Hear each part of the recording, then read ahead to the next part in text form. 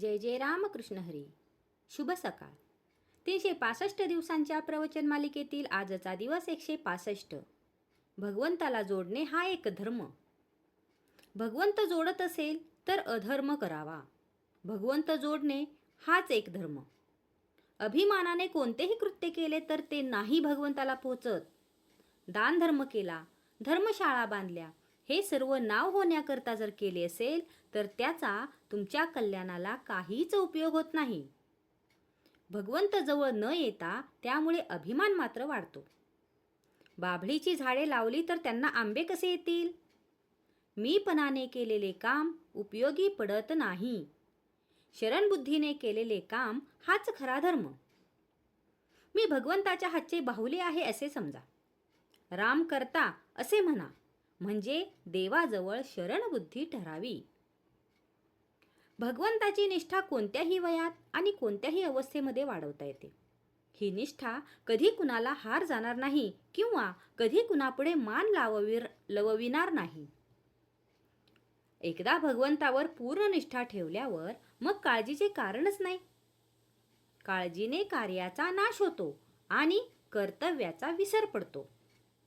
भगवंतावर श्रद्धा ठेवून प्रयत्न करावा आणि जे फळ मिळेल त्यामध्ये समाधान मानावे.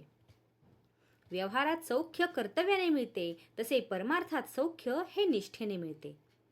परमार्थ करणाऱ्या माणसाने कोणाचेही अंतःकरण दुखवू नये. परमार्थ हा लबाड आणि भोंदू माणसाचा नाही, तसा तो बावळ्या माणसांचाही नाही.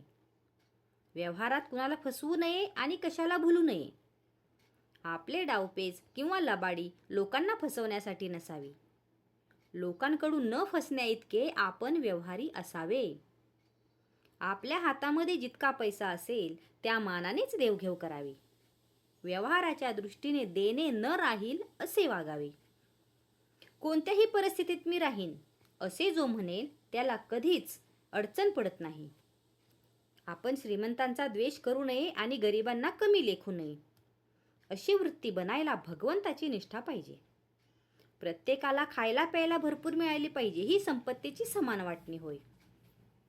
मोबदला न देता आपण पैसा घेतला तर तो ज्याचा घेतला त्याची वासना त्याला चिटकून बरोबर येते.